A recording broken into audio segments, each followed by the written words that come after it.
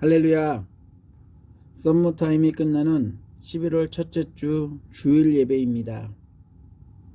이제 2020년도 정확하게 2달만 남겨놓고 있습니다. 코로나 바이러스 덕분이라고 말해도 될지 모르겠지만 지난 8개월 동안 사회적 거리두기로 인해 관계 중심적 공동체 생활에서 인터넷 중심의 비대면 온라인 중심으로 바뀐 새로운 환경에 적응하며 살고 있습니다. 그리고 새로운 사회적 문화적 변화 속에서 긍정적인 요소와 함께 부정적인 부작용들을 직접 보고 몸소 경험하고 있습니다. 더구나 저희들의 마음을 더 심란하게 하는 것은 겨울을 앞두고 2차 코로나 팬데믹이 온다는 경고 때문일 것입니다. 그래서인지 매일 발표되는 확진자와 사망 숫자에 민감하게 반응하고 있습니다. 이러한 상황 속에서 어차피 죽을 인생인데 굳이 사회적, 물리적 거리를 두고 마스크를 쓰며 제한된 삶을 살아야 하냐며 곳곳에서 이러한 행동을 전하는 정부 정책에 반대하는 무리들도 있습니다. 언제쯤이면 코로나도 사스나 메르스처럼 더 이상 인류의 생명을 위협할 수 없는 단어가 될까요? 코로나 때문에 출구가 보이지 않는 어두운 터널을 지나는 듯한 답답하고 먹먹한 시대를 살면서도 긍정적인 측면을 추려본다면 그것은 평범했던 일상이 얼마나 소중했었는지 그 소중함을 깨닫는 동기부여를 준 점을 뽑을 수 있을 것입니다.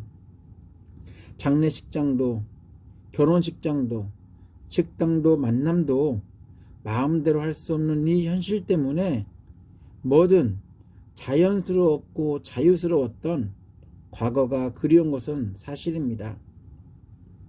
또한 시간은 야속하게 빨리 흘러 캐나다의 긴 여름 시즌에 여름 휴가도 제대로 한번 즐기지 못하고 또한 계절의 변화를 느낄 단풍 구경할 여유도 없이 어느새 다가온 겨울과 함께 한 해를 마무리하는 그 시기에 있습니다.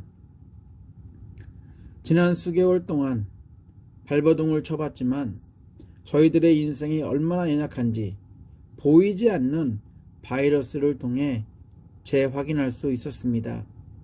연초에 계획했던 것들 중에 하나라도 제대로 해본 기억이 가물가물합니다. 어느 정도 시간이 지나면 코로나 바이러스를 치료할 백신을 발견하고 만들어내겠지만 분명 또 다른 두려움과 불안의 요소들은 끊임없이 저희들을 괴롭힐 것입니다. 소망이 없는 인생에게 피하지 못하고 맞닥뜨리는 죽음에 대한 공포만큼 혐오스럽고 매정한 것은 없습니다. 그렇기에 저희들 스스로가 저희들의 한계를 인정하고 모든 것이 가능하신 하나님만을 붙들고 의지한다면 하나님이 주시는 은혜와 확실한 소망으로 비관적인 이 시기를 지혜롭게 그리고 현명하게 보낼 수 있을 것입니다. 약할 때 강하다라는 말씀의 의미를 깊이 묵상하며 그 말씀의 능력을 삶 속에서 경험하고 실천하는 저희 모두가 되기를 소원합니다. 예배는 성도들이 세상 속에 살며 잊어버리는 소망을, 빼앗기는 마음을, 흔들리는 믿음을 다시 회복시키는 자리입니다. 예배 중에 선포되는 하나님의 음성은 메마르고 황폐해진 저희들의 영혼을 깊이 적시는 담비와 같습니다.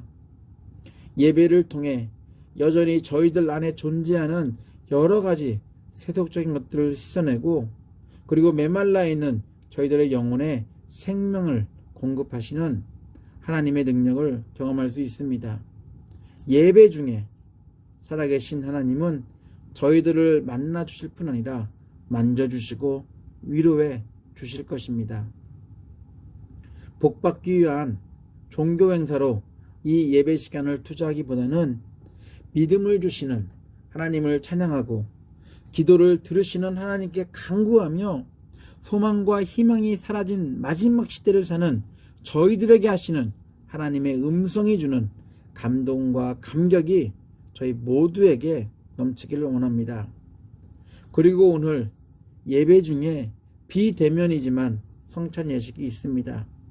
성찬 예식을 통해 예수 그리스도의 피와 살을 먹고 마시며 예수가 십자가에서 보이신 하나님의 사랑에 깊이 빠져보시기 바랍니다.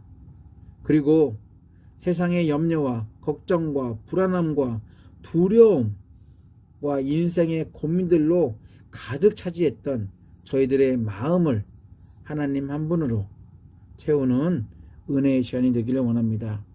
예배가 주는 기쁨이 회복되는 시간 되기 바라며 하나님께 드리는 예배가 주는 기쁨으로 하루, 한 주, 한 달, 그리고 올 한 해를 잘 마무리하시는 복된 성도님들 되시기를 바랍니다. 최근에 Before and After를 소개하는 프로그램들이 많아졌습니다. 더 좋은 표현으로는 완벽한 변화, 완전한 변신이라는 토탈 트랜스포메이션이 적절해 보입니다. 당연히 최종이 아니기에 수정과 보완이라는 지속적인 노력이 있어야 완전, 완벽이라는 단어를 사용할 수 있을 것입니다. 그래도 계속 진행형이긴 하지만 현재 상태로만으로도 과거와 다른 당연히 최고의 결과물임에는 분명합니다. 지금까지와는 180도 달라진 모습을 소개할 때 바뀌기 전과 바뀐 후의 사진을 보여줍니다. 인물이든 물건이든 사진 속에 나오는 달라진 주인공을 보며 변화하고 변신하는 모습에 당사자뿐 아니라 보는 사람들조차도 모두 감탄을 하게 됩니다. 이러한 변화와 변신을 위해 시간도 필요하고 돈도 필요하고 최적의 환경도 필요하고 전문가도 필요합니다. 누군가가 그렇게 해서 그렇게 됐다라는 소문이 퍼지면 확인 절차 없이 알려진 그 방법이 유일한 해결책인 줄 알고 누구나 다 똑같이 따라합니다. 그러나 다 똑같은 방법으로 변화와 변신을 적용할 수 없습니다. 사람마다 차이가 너무 크기 때문입니다. 그래서 돈도 시간도 환경도 중요하지만 더 중요한 것이 있다면 자신에게 맞는 방법을 찾도록 도와주는 전문가가 더 필요합니다. 그래서 돈이 많이 들더라도 전문가를 찾는 이유는 자신에게 최적화된 변화와 변신을 위해서일 것입니다. 여러분들이 버리고 싶은 비포의 모습과 새롭게 꿈꾸는 변화되고 변신할 애프터의 모습은 무엇인가요? 그렇다면 여러분들을 완벽하게 완전하게 변화시켜줄 전문가를 만나야 합니다. 성경에는 비포와 애프터를 경험한 많은 인물들이 등장합니다. 성경이 소개하는 변화된 인물들 곁에는 언제나 변화와 변신의 전문가, 조력가 하나님이 함께 계셨습니다. 하나님은 전문가처럼 능란하게 물리적인 변화도 보여주셨고 신체적인 변화도 보여주셨고 물리학적인 불가능도 가능하도록 하셨습니다. 하나님을 만나기 전 비포와 하나님을 만난 후 애프터 사진을 한 장으로 비교할 수 있다면 얼마나 많이 변했는지 알 수 있습니다. 사람들은 시각적 변화에 예민하지만 성경이 말하는 하나님이 주도하는 전문가이신 하나님이 만들어가는 변화의 중심에는 보이지 않는 내면의 변화가 아주 많습니다. 내면의 변화는 당연히 외면의 변화도 이끌도록 돕습니다. 하나님은 세상에 찌들어 세상 가치관의 종으로 살던 사람들을 하늘나라 가치관을 가진 하나님의 자녀로 세상에 살도록 하셨습니다. 힘들고 어려워도 기쁨과 감사할 수 있는 이유, 고난과 고통 가운데 있을지라도 하나님의 은혜를 사모하며 살아계신 하나님과 동행하는 그런 삶을 살 수 있는 이유가 바로 이러한 하나님이 만드신 변화 때문에 가능한 것입니다. 가끔 주변을 돌아보면 하나님을 만나고 변화된 애프터의 삶은 잠시 하고 다시 비포로 돌아가는 분들이 종종 있습니다. 세상에서 주는 기쁨을 포기할 수 없는 이유 때문일 것이고, 또 다른 이유가 있다면 세상에서 당하는 고통과 고난이 변화된 삶에서 얻는 기쁨보다 크기 때문일 것입니다.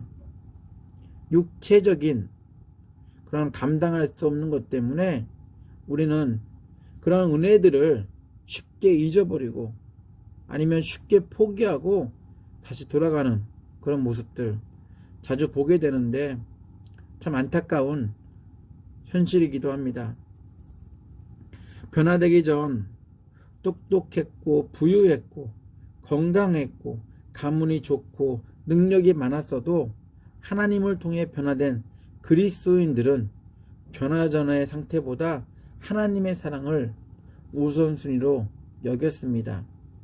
애프터의 삶에서 세상의 가치관은 더 이상 의미가 없었기 때문에 세상에서 어떤 것도 유익을 찾으려고 하지 않은 모습들, 바로 그것이 애프터의 삶을 사는, 하나님으로 인해 변화받은 삶을 사는 사람들의 모습입니다. 그들은 알고 있습니다. 하나님을 알기 전에는 세상에 있는 것들로 생명을 지키고자 했지만 하나님을 알고 난 뒤에는 그 어떤 것도 세상에 존재하는 것들로 우리의 생명을 지킬 수 없다는 사실을 알았기 때문에, 그래서 하나님을 통해서 은혜를 받은 그런 삶을 사는 사람들은 세상에서 누렸던 것들보다는 잠시 그러한 누리는 것들은 덜할지 모르지만 그보다 더 큰 하나님과 함께하며 하나님과 동행하며 경험되어지는 하나님의 사랑, 하나님의 은혜, 그것 때문에 이러한 시기들을 감사하며 기쁨으로 보낼 수 있는 것입니다. 그래서 세상은 하지 못하는 것, 그러나 전문가이신 하나님만이 불완전한 인생을 완벽하고 완전한 변화를 이루실 수 있는 그러한 분이심을 우리가 이러한 성경에 나온 인물들을 통해서 보게 됩니다. 하나님은 완전한 변신과 완벽한 변화를 위해 자신의 아들 예수 그리스도를 이 땅에 보내셨고 십자가에 달리셔 죽으시는 예수를 지켜보셨습니다. 하나님의 아들이신 예수의 십자가의 죽음은 비포 인생의 종지부를 찍고 이제부터 애프터의 새로운 삶을 시작하는 그런 시작점을 알리는 전환점과 같았습니다. 지금까지는 죽음이 인생의 끝인 줄 알았는데 예수의 죽음 이후 부활을 통해 죽음은 더 이상 인생의 끝이 아니었습니다. 하나님은 죄인들의 영원한 삶을 하늘에서 계획하셨고 예수 그리스도를 통해 이 땅에서 이루셨습니다. 오늘 본문은 전문가 하나님을 만나 새롭게 변화를 경험한 인물 바울을 저희에게 소개하고 있습니다. 바울은 목회라는 디모데를 직접 방문할 수 없어 격려 차원에서 보낸 서신서에서 자신의 변화의 그 중심에는 하나님이 계셨음을 강조합니다. 그리고 바울의 변화는 디모데의 변화까지 이끌어냈다고 말합니다. 바울과 더불어 디모데의 변화 중심에는 사람의 노력이 아닌 죄인에게 은혜를 베푸신 하나님의 자비하심이 있었음을 우리 강조하면서, 그래서 사역을 하면서 이것을 기억하고 이것을 통해서 힘들고 어려워도 용기를 다시 내어서 맡겨진 사역을 잘 감당하라고 이 서신서를 통해서 이런 내용들을 써내려가고 있습니다.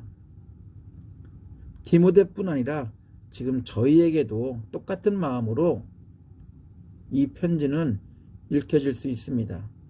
하나님을 만나기 전까지 비포 바울은 하나님을 아는 지식이 넘쳤고 제대로 교육받고 명문가의 자제였으며 유대인 중에 유대인이었고 아주 덕망이 높은 종교인이었습니다. 그러나 부와 병에 종교적 열심으로 기고만장했던 바울이 자신이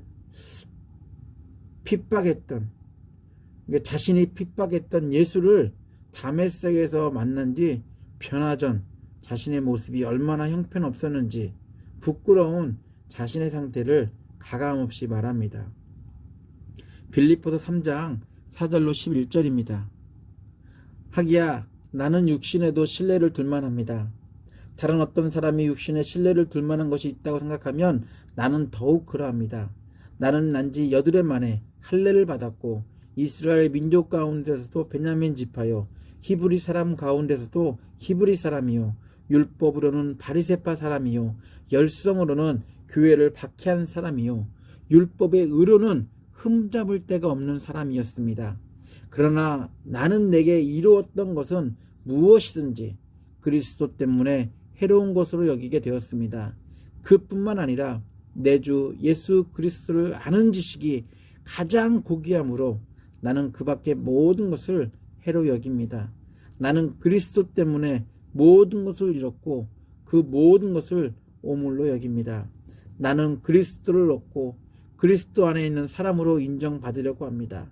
나는 율법에서 생기는 나 스스로의 의가 아니라 그리스도를 믿는 믿음으로 말미암아 오는 의, 그 곧 믿음에 근거하여 하나님에게서 오는 의를 얻으려고 합니다. 내가 바라는 것은 그리스도를 알고 그분의 부활의 능력을 깨닫고 그분의 고난에 동참하여 그분의 죽으심을 본받는 것입니다. 그래야 나는 어떻게 해서든지 죽은 사람들 가운데서 살아나는 부활에 이르고 싶습니다. 하나님이 예수 그리스도를 통해 이 땅에 세우신 교회를 핍박하던 사울이 다메섹에서 부활하신 예수를 만나고 새롭게 태어난 변화된 사람이 됩니다. 바울이 만나려고 했던 게 아니라 하나님이 바울을 만나 주셨고 하나님이 자비를 그에게 베풀어 주셨습니다. 하나님의 자비를 맛본 바울은 세상 사람들처럼 죽음을 두려워하기보다는 도리어 예수의 죽음을 본받고 싶다고 말합니다. 왜냐하면 예수의 죽음은 죄인처럼 죽음으로 끝나지 않고 부활로 완성되기 때문입니다. 이러한 바울의 변화된 애프터 삶의 중심에는 하나님의 자비하심이 있었습니다. 비포 바울의 삶은 분명히 하나님을 알고 섬겼다고 말하지만 그것들은 종교적인 열심으로 자신의 의를 드러내기 위한 것이었습니다.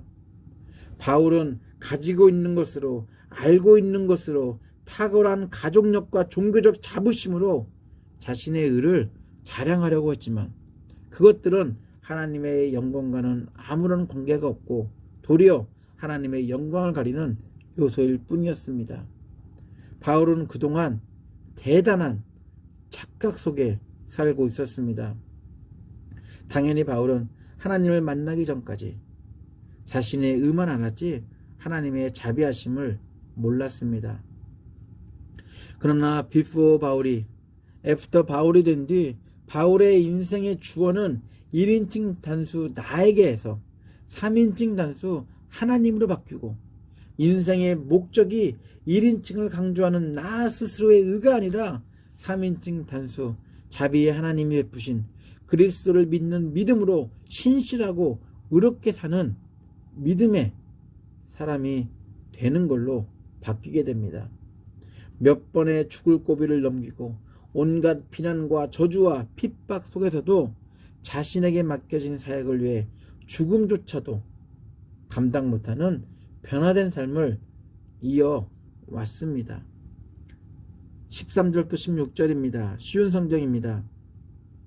예수님을 만나기 전에 나는 그리스도를 욕하고 핍박하며 온갖 방법으로 믿는 자들을 괴롭혔습니다. 그러나 하나님께서는 내게 자비를 베푸시고 내가 한 일들을 용서해 주셨습니다. 왜냐하면 그것은 내가 믿지 않던 때에 모르고 저지른 일들이기 때문입니다. 주님의 은혜가 나의 마음 가운데 가득 차고 넘쳤습니다. 그 은혜와 함께 그리스도 예수 안에서 믿음과 사랑도 내 속에 솟아났습니다. 모든 사람들이 진심으로 받아들여야 할 말은 예수 그리스도께서 죄인을 구하러 이 땅에 오셨다는 것입니다. 나는 그 죄인 중에서 또 가장 큰 죄인이었습니다. 그러나 하나님께서는 내게 은혜를 베푸시고 이 못난 죄인을 오래 참고 기다려 주셨습니다. 그리스도 예수께서는 나를 통해 구주를 믿고 영원한 생명을 얻게 될 사람들에게 본을 보여주시려 했던 것입니다. 바울은 변화받기 전에 교회를 비방하고 박해하며 살인했던 자였습니다. 오히려 그러한 자에게도 하나님의 자비하심이 임했다고 바울은 고백합니다. 하나님의 자비하심으로 변화된 바울은 하나님께 신실했고 하나님은 그 신실한 바울에게 직분을 주셔서 예수 그리스도가 남겨놓은 복음 전파 사역을 이어가도록 하셨습니다. 바울은 분명히 그러한 자격이 없는 자임을 알고 있었습니다. 하지만 그럼에도 불구하고 하나님은 오래 참으신 뒤 하나님의 자비를 비천한 죄인 중에 죄수였던 바울에게 주셨기 때문에 바울은 하나님의 자비하심에 감사할 수밖에 없었습니다. 바울의 이 감사가 디모데의 감사가 되길 원했습니다. 또한 우리에게 말하는 하나님께 드리는 감사가 되기를 원할 것입니다. 12절입니다. 나는 나에게 능력을 주신 우리 주 그리스도 예수께 감사를 드립니다. 주님께서 나를 신실하게 여기셔서 나에게 이 직분을 맡겨주셨습니다. 복음을 경험한 변화된 사람들의 고백을 세상은 이해할 수 없습니다. 그렇게 좋은 스펙을 왜 포기하느냐고 도리어 걱정합니다. 하지만 자신의 죄를 너무나도 생생하게 들춰내 본다면 자신보다 더 악한 자가 세상에 있을까 생각할 수 있습니다. 바울뿐 아니라 죄인 중에 죄인이었던 저희들에게 하나님은 오래 참으셨다가 하나님의 자비를 베푸셨고 하나님이 우리를 변화된 삶으로 살 수 있도록 우리의 삶을 변화시켜 주셨습니다. 이전까지 하나님을 대적하며 제 멋대로 비포의 삶을 살다가 복음으로 인해 애프터의 인생은 죄를 깨닫고 그걸 안 뒤에 십자가에 달리신 예수님의 사랑과 긍휼이 얼마나 큰지 손으로 헤아릴 수 없는 또한 그 어떤 것과도 바꿀 수 없는 것임을 알게 됩니다. 타락한 인생을 변화시켜 주신 하나님께 할 수 있는 일은 하나님을 하나님으로 인정하는 영광 돌리는 삶을 사는 것입니다. 변화된 삶이 필요한 것입니다. 17절입니다. 쉬운 성경입니다. 죽지 않으며 보이지 않는 오직 한 분이신 하나님, 영원히 다스리시는 우리 왕께 영광과 존귀를 돌립니다. 아멘. 바울이 경험한 하나님의 자비는 세상에서 만날 수 없는 복음입니다. 세상에 존재하는 어떤 것으로도 인생을 영구적으로 변화시키지 못합니다. 예수 그리스도 안에서 죄인에게 주어진 하나님의 자비는 죄인이 구원을 얻기에 부족함이 없도록 넘치도록 풍성한 하나님의 은혜입니다. 저희들은 바울과 똑같이 하나님이 오래 참으시면서까지 기다렸다가 하나님의 자비하심으로 변화된 은혜의 삶을 사는 사람들입니다. 예수 그리스도가 십자가에서 이루신 그 은혜로 애프터에 변화된 새로운 삶을 살기로 결단했다면 변화된 새로운 삶을 위해 꼭 필요한 예수 복음을 위해 선한 싸움을 싸워가야 할 것입니다. 성경은 싸움을 말리라고 말하지 않고 선한 싸움을 싸우라고 독려하고 있습니다. 싸움은 어떠한 이유에서든 선할 수 없습니다. 그러나 복음을 위해 싸우는 싸움은 선한 싸움이라고 정의합니다. 성경이 명명한 선한 싸움은 치고받고 싸우는 싸움이 아니라 하나님의 자비를 깨닫게 해준 예수 그리스도라는 복음을 통해 완성하신 구원을 우리에게 주신 선물 구원을 지키기 위해 믿음과 착한 양심을 끝까지 유지하는 그런 자신과의 싸움이며 또한 하나님의 구원이 담긴 복음을 왜곡하려는 자들과의 싸움, 이 싸움을 말합니다. 이러한 이유 때문에 신앙생활 하기 전보다 후가 더 힘들 수 있습니다. 그래도 아쉽지만 변화된 삶을 포기하고 변화전으로 돌아가는 많은 경우들을 우리가 보게 되는 것입니다. 그럼에도 세상에 사는 동안에 육체가 호흡하는 동안에 우리가 당하는 고난과 고통은 우리가 피할 수 없을 것입니다. 하지만 고난과 고통보다 하나님이 우리에게 자비를 베풀어 주셔서 하나님의 사랑 가운데 거할 수 있는 그 은혜가 분명히 고난과 고통을 초월할 수 있을 것입니다. 저희들은 하나님의 자비하심으로 죄와 사망에서 벗어났고 이전 것은 버리고 새롭게 태어나는 영생을 선물로 받았습니다. 인생 변화 전문가이신 하나님께서 모든 것을 하셨습니다. 저희들이 한 것은 하나도 없습니다. 하나님 때문에 저희들은 비포 삶 대신 애프터의 새로운 피조물이 되었습니다. 하나님이 하신 복음의 능력을 거짓된 세상 가르침과 바꾸지 마십시오. 하나님의 자비하심으로 새롭게 변화되었음에도 불구하고 먹음직하고 보암직하고 이생이 자랑이 될 만한 유혹에 넘어가지 않아야 할 것입니다. 계속해서 보이지 않는 영적 유혹이라는 선한 싸움에서 날마다 승리하는 애프터의 성도님들 되시기를 예수 이름으로 부탁드립니다. 다 같이 기도합니다. 하나님, 저희들의 노력의 결과가 아닌 하나님의 자비하심으로 새로운 피조물로 변화되었습니다. 새로운 삶을 살 수 있도록 은혜 주셔서 감사합니다. 그러나 은혜의 삶을 사는 저희들을 비포의 삶의 방식들이 그냥 놔두지 않습니다. 또한 보이지 않는 영적인 유혹들도 계속해서 비포의 삶으로 돌아가라고 부추기고 있습니다. 저희들에게 베푸신 믿음과 선한 양심으로 애프터의 삶을 지속할 수 있도록 저희들을 날마다 도와주시옵소서. 애프터의 삶을 통해 하나님께 영광 돌리는 복된 성도의 삶을 살 수 있도록 인도하여 주시옵소서. 하나님의 자비하심을 이해할 수 없는 저희들을 위해 예수가 십자가에서 직접 피 흘리시고 자기 몸을 찢기면서 하나님의 사랑을 보여주셨습니다. 십자가에서 죽으신 예수 때문에 죄인인 저희를 향한 하나님의 사랑을 알았고 그 사랑 때문에 저희들은 새롭게 변화될 수 있었습니다. 오늘 성찬 예식을 참여하며 저희들을 위해 찢기시고 피 흘리신 예수 그리스도를 만나기 원합니다. 새로운 피조물로서 예전 것을 자랑하지 말고 저희들 변화를 위해 피 흘리시고 몸을 찢기신 예수만을, 또 우리의 변화를 위해 하나님의 자비하심을 우리에게 주신 하나님만을 자랑하는 저희가 되겠다고 다짐하는 복된 이 성찬 예식 은혜의 시간이 되게 해 주시옵소서. 예수 그리스도 이름으로 기도합니다. 아멘.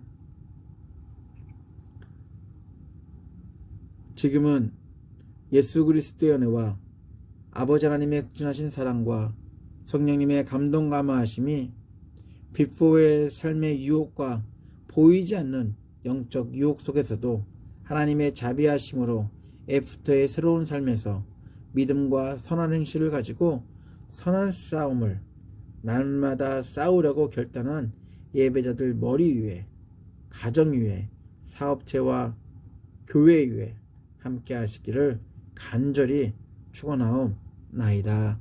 아멘.